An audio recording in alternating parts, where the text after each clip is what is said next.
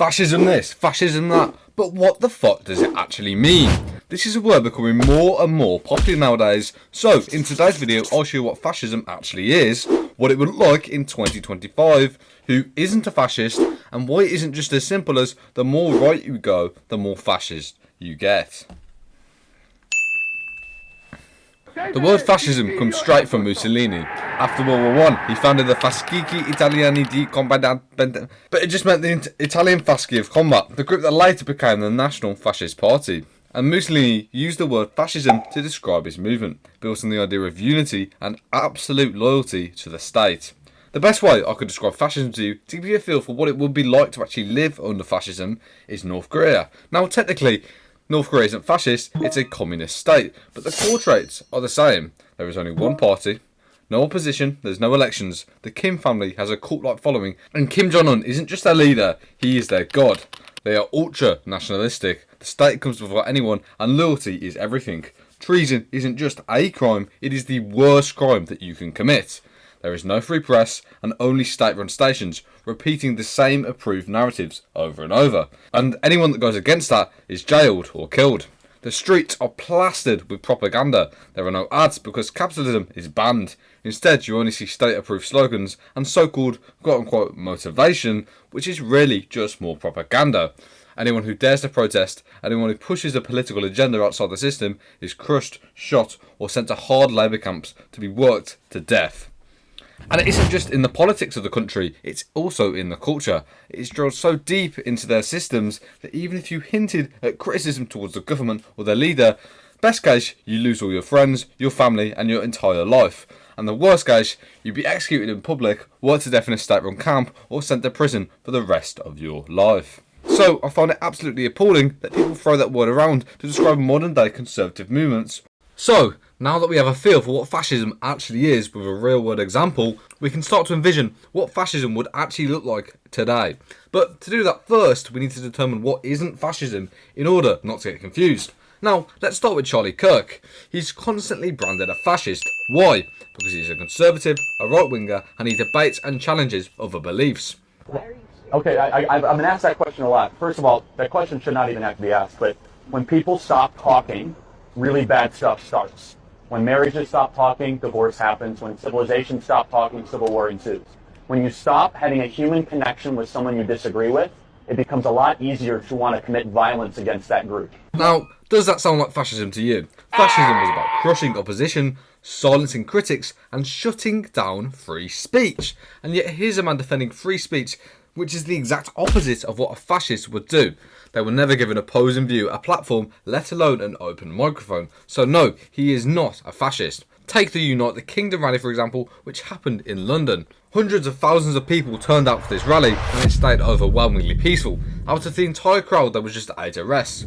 Fewer than at your average football match or soccer match. Every single video that I've seen of the Unite the Kingdom rally in London on Saturday has been full of hate, vitriol and menace. And at this point, there is nothing anyone could say to convince me otherwise of this cause. Because what Britain witnessed wasn't a patriotic rally, and it definitely wasn't about uniting the kingdom. It was by far one of the largest far-right demonstrations in recent British history. Between 110,000 and 150,000 people showed up to a rally led by Stephen Yaxley Lennon, better known as Tommy Robinson, a man whose CV includes violent assault, fraud, and a long-standing role as Britain's most prominent racist grifter. Elon Musk, the self-proclaimed free speech absolutist, is out here FaceTiming fascists, and if that doesn't tell you everything about the morality, money, and manipulation behind this movement, I don't know what will. Now, let's be fair, Tommy Robinson was involved and the main organiser, and yes, he has a criminal record, with Elon Musk showing up too and saying some pretty reckless things over FaceTime, whatever it was on. That is undeniable. But here's the thing, even if you don't like Tommy Robinson, even if Musk said something out of line, that doesn't suddenly turn thousands of ordinary people in that crowd into fascists. That's not how definitions work.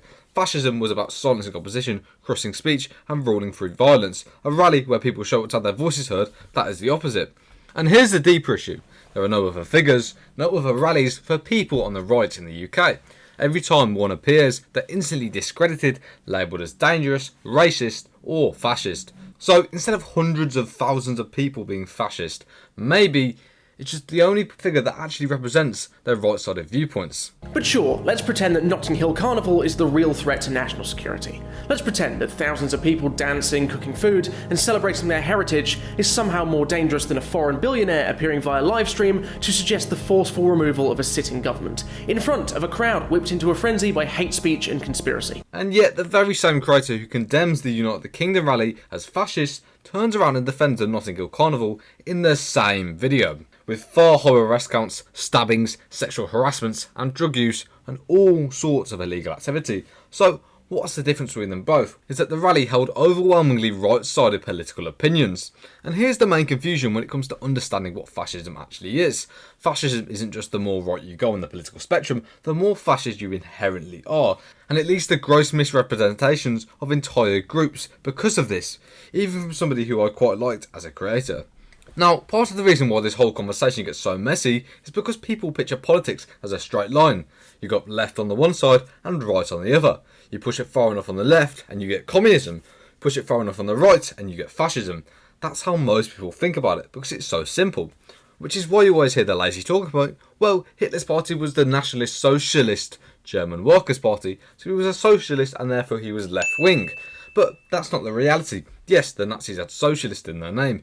Yes, early on, they used that language to win support, talking about workers, unity, equality and rights. But once Hitler was in power, he crushed communists, banned the socialist parties and built a system that was fiercely nationalist, authoritarian and violently anti-Marxist. He used the socialist brand as bait. What he built was not socialism, it was fascism, and that's an entirely different thing. The same goes for conservatism. Just because someone on the far right wants tighter borders, more tradition and a stronger national identity, that doesn't make them one step away from fascism. Real conservatism, even the hard-edged kind, is about preserving culture, protecting your family and limiting government power. None of that naturally turns into a one-party dictatorship, censorship and propaganda. Fascism doesn't come from conservatism any more than it came from progressivism. It's a completely different subsection from left or right and can originate from anywhere. Such as how communists say, don't link communism and Stalin together, I say, don't link the right and fascism together, because you might just miss it coming from a completely different angle, like in Germany. Here's the trap. People think fascism just means far right, but Mussolini started as a socialist before flipping nationalist. The Nazis used left-sounding slogans and then killed the actual socialists once in power. Authoritarianism doesn't care where it begins, all they want is control.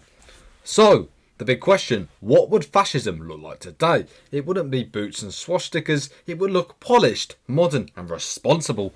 So use safety and stability. If there's too much chaos online, it would be that we need speech controls. If there's too many dangerous ideas floating around, it would be that we only need trusted information. Big tech and government will be quietly working together so that only one safe opinion stays mainstream. And anyone outside of it gets branded as dangerous or extreme. From there, it's slow pressure. Accounts banned, voices shut out completely, banks cutting people off and taking their money, new laws saying it's all for safety bit by bit. What you can say, earn or even buy starts to depend on staying inside the approved line and narrative. That's how modern fascism would grow, not with armies, but with rules that feel normal until it's too late. And that's why misusing the word matters. If everything that you dislike is fascist, that warning light burns out. When the real thing shows up, you won't see it coming. Because it won't look like the past, it will look completely different, and you will be none the wiser. Thank you very much for watching.